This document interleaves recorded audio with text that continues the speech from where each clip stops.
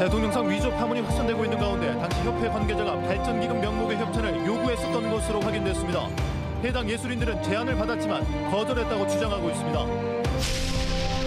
장마 동안 내린 폭우로 영산강 하류로 흘러들어온 각종 쓰레기들이 목포항을 뒤덮었습니다. 관계기관들이 대대적인 쓰레기 수거 작업에 나섰습니다. 전남 민주시민토론학교 학생들이 독일에서 첫 국외 일정을 시작했습니다. 현지 교민들을 만나 통일의 중요성을 배우고 한국교육원에 책을 기증하기도 했습니다. 만호해역 어장 분쟁이 40년 만에 마무리돼 진도군 어민들이 어장 회수와 활용 방안을 논의하고 있습니다. 하지만 해남 어민들은 생계 기반을 잃었다며 상생을 호소하고 나섰습니다. 여러분 안녕하십니까? 목포 MBC 뉴스데스크입니다. 목포 적 일부 예술인들에게 수여된 대통령상 상장이 위조되는 것으로 드러나 파문이 일고 있는데요. 당시 협회 관계자가 발전기금 명목의 협찬을 요구했었던 것으로 확인됐습니다. 하지만 해당 예술인들은 이 같은 제안을 거절했다고 주장하고 있습니다. 서희령 기자가 단독 취재했습니다. 위조된 대통령상 상장을 받은 것으로 추정되는 목포 지역 예술인은 모두 9명. 최근 이 문제가 논란이 되자 일부 예술인들은 프로필에 올렸던 대통령상 수상 이력을 삭제했습니다. 한편 MBC 취재 결과 이들 예술인들은 대부분 특정 협회에서 대통령상을 받았습니다. 또 초대작가전 등이 열리기 2~3개월 전 협회 간부가 일부 예술인들에게 접근해 대통령상을 제안했던 것으로 확인됐습니다. 그리고 발전기금 명목의 협찬 요구도 있었지만 거절했다고 일부 예술인들은 말합니다. 작가님에게 뭐 돈이나 이런 걸 요구한 적은? 얘기는 하긴 했어요, 저한테. 비슷하게 무슨 발전기금 같이 지나가듯이 저는 그렇게는 못합니다. 이 같은 제안을 했던 것으로 알려진 협회 간부에게 직접 연락을 시도해봤습니다. 하지만 없는 번호라고 나옵니다. 지금 거신 전화는 없는 번호입니다. 다시 확인하신 후 걸어주시기 바랍니다. 취재 결과 해당 간부는 3~4개월 전 이미 사망한 것으로 확인됐습니다. 대통령상 위조 논란이 일면서 전남 지역 예술계는 발칵 뒤집혔습니다. 위조된 대통령상을 받은 예술인이 누구인지 짧게는 6개월 전, 길게는 4년 전 수상한 대통령상이 왜 갑자기 불거졌는지 각종 추측이 나오고 있습니다. 이 좁은 지역에서 예술활동을 하면서 이런 일이 있다는 것은 심히 안타까운 일이고요. 하루빨리 전부 밝혀져서 위조된 것으로 확인된 대통령상 상장, 그리고 발전기금을 요구했던 것으로 알려진 협회 간부가 사망한 상황. 경찰의 수사가 어느 방향으로 이어질지 주목됩니다. MBC 뉴스 서희령입니다. 장마 기간 내린 폭우로 영산강 하류로 흘러들어온 각종 쓰레기들이 목포항을 뒤덮었습니다. 어민들이 출항을 포기하는 등 피해가 속출했는데 관련 기관이 대대적인 해양 쓰레기 수거 작업에 나섰습니다. 안준호 기자입니다. 목포항 곳곳이 쓰레기들로 가득합니다. 수초와 플라스틱 페트병 등 생활 쓰레기들도 섞여 있습니다. 장마 동안 내린 기록적인 폭우로 영산강 하류로 쓰레기들이 떠밀려왔고 목포 앞바다까지 유입됐습니다. 떠밀려온 큰 나무와 각종 쓰레기들이 밀물과 썰물을 반복하며 계속 쌓이고 있습니다. 쓰레기가 선박 스크류에 걸릴 위험성이 높다 보니 출항을 포기한 어민들도 있습니다. 냉각기로 들어가면 기계가 맥혀버리죠. 이런 소형 선박들은 걸러주는 것이 없어요. 해수청과 해경 등 관계기관들이 해양 쓰레기 수거 전용 선박을 투입하는 등 대대적인 해양 쓰레기 수거 작업에 나섰습니다.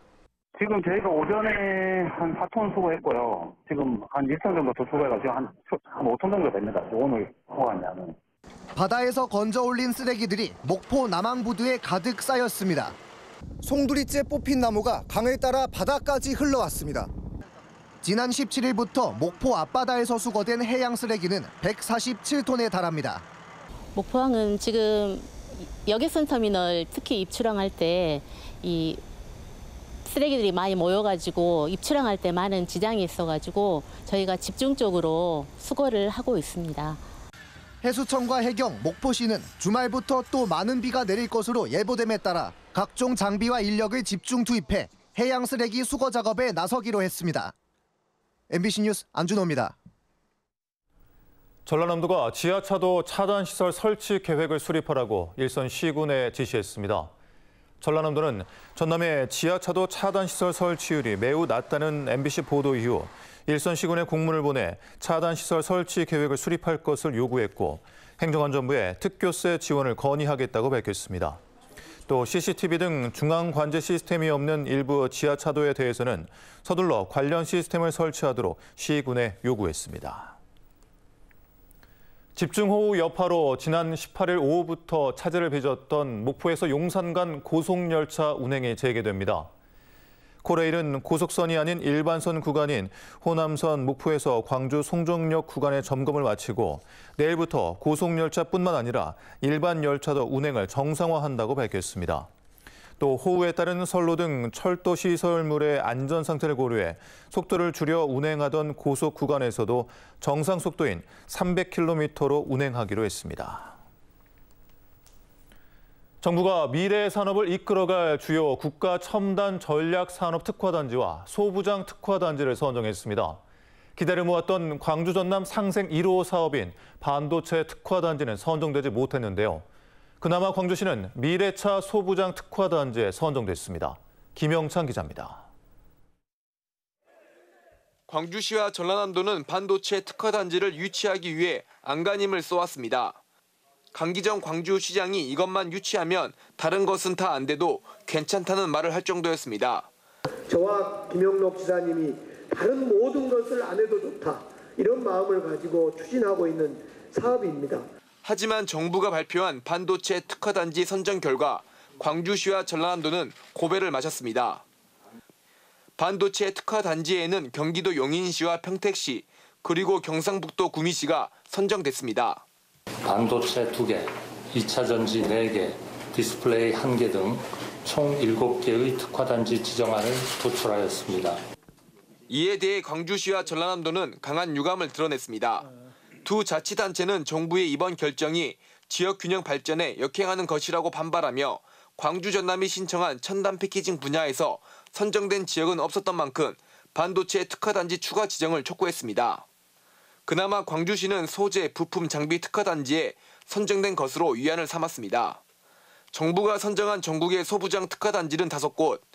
이 가운데 광주는 앞으로 5년간 6천억 원을 투입해 자율주행 자동차의 핵심 부품 산업을 키울 수 있을 것으로 보입니다. 이번 특화단지 지정에 따라 광주시는 미래자동차 산업을 이끌어갈 주요 거점 도시로 자리매김할 수 있게 됐습니다. 정부 주도하에 자율주행 자동차의 센서와 통신 등 150개의 핵심 기술 집중 육성은 물론 인력 양성과 기반 시설 등을 지원받을 수 있습니다. 3조 원 생산 유발 효과와 1조 원에 달하는 부가가치 유발 효과는 물론 16,000개의 일자리가 새로 만들어질 것이라고 예견됩니다.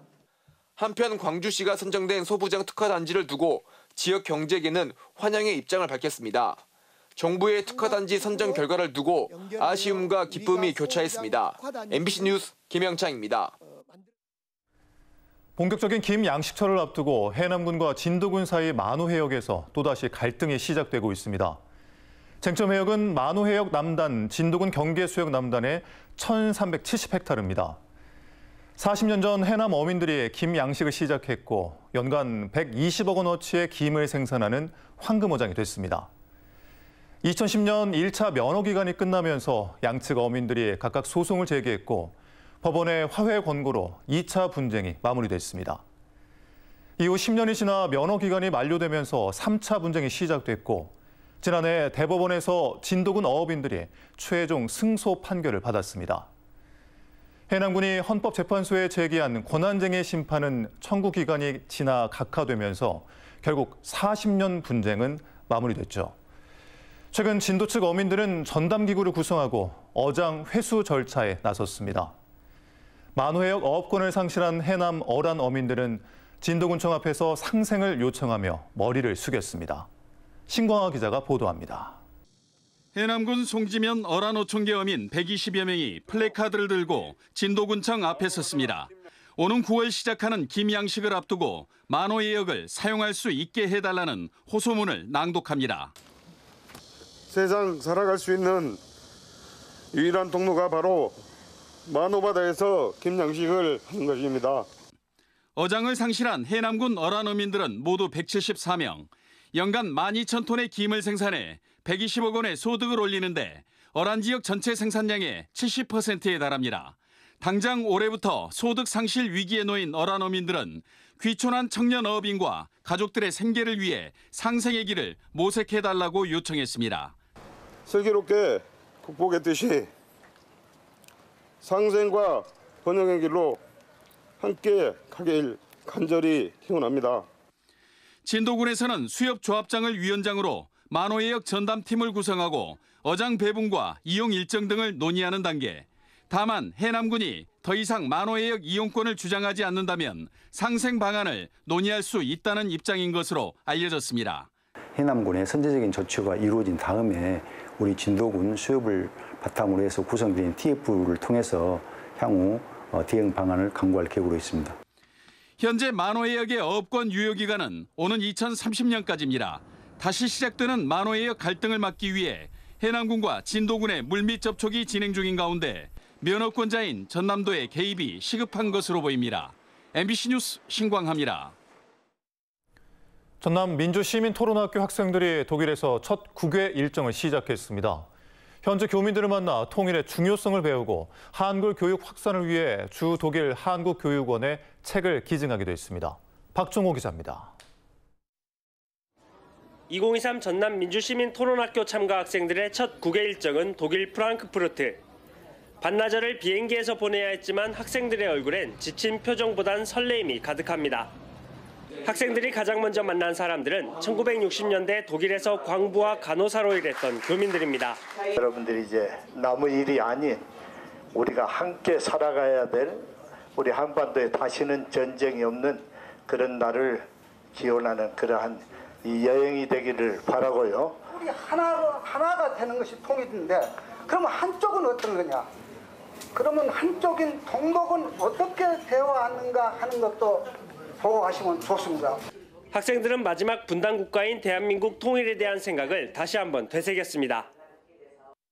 이렇게 힘든 시절에 우리나라에서 독일로 이주하셔서 한국어 학교도 설립하시는 분들의 이야기를 듣고 정말 책임감 있게 독일에 와서 많은 것을 배우고 가야겠다는 생각이 들었습니다.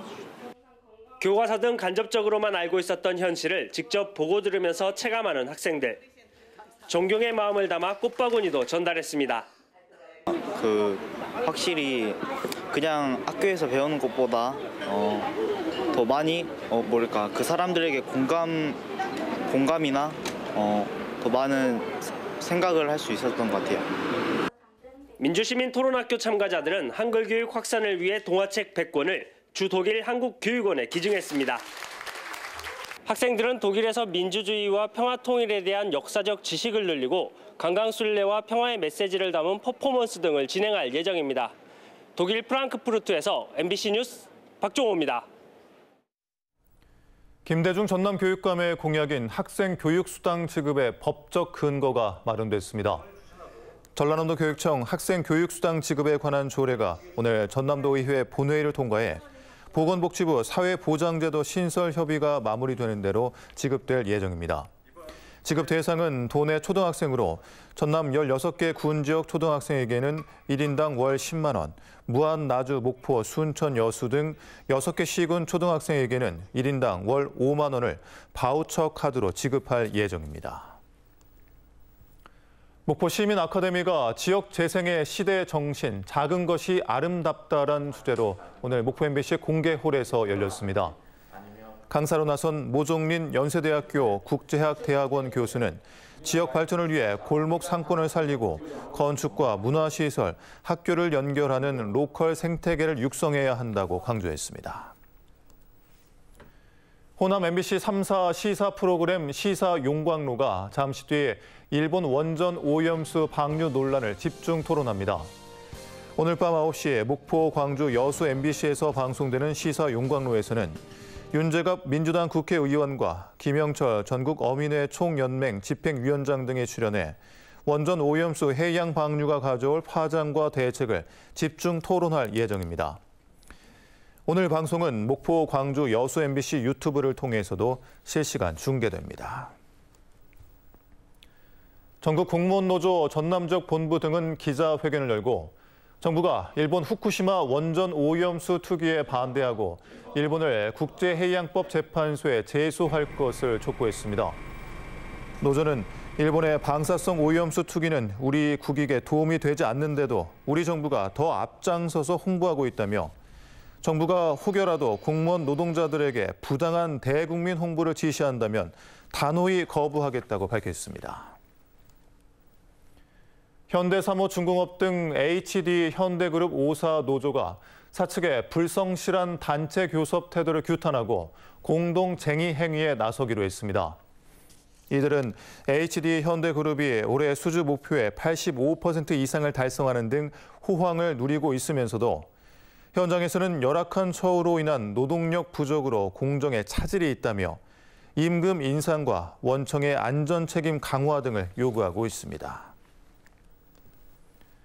국립해양문화재연구소는 내일부터 9월 말까지 충남 태안군 마도해역에서 수중 발굴 조사를 진행합니다.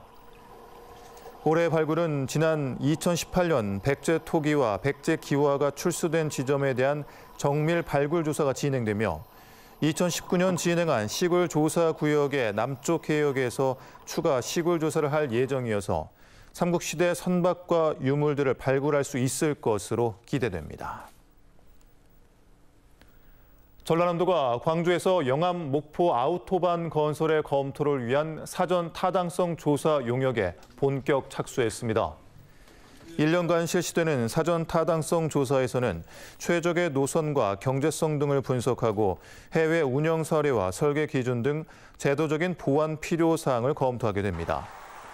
특히 전라남도는 아우토반 효과가 목포까지 미칠 수 있도록 영암과 목포를 잇는 가칭 대불산단 대교의 효율적 건설 방안을 검토 제시한다는 방침입니다. 제3회 대한민국 해상풍력 정책포럼이 오늘 전남도청 왕인실에서 열려 해상풍력 주민 수용성을 확보하기 위한 방안이 논의됐습니다. 포럼에는 전라남도와 신안군, 어업인단체, 발전사 등 120여 명이 참석했으며 전라남도는 어업인을 비롯한 주민의 의견을 경청해 합리적 보상체계 마련과 주민 참여 이익 공유, 수산업 공존 방안 마련에 최선을 다하겠다고 밝혔습니다. 2050 전라남도 탄소 중립 실현 산업 부문 협의체가 본격적인 활동에 들어갔습니다. 협의체는 포스코 광양제철소 등 26개 기업과 전라남도 한국환경공단 등 34개 기관이 참여하며 앞으로 협업을 통해 글로벌 기후 변화에 대한 대응력을 높여나가기로 했습니다. 광주 전남의 신혼 부부가 4년 전에 비해 20% 이상 줄어든 것으로 나타났습니다. 호남지방통계청에 따르면 지난 2021년 11월 기준으로 광주의 신혼 부부는 29,596쌍으로 4년 전에 37,534쌍보다 21.1% 감소했습니다.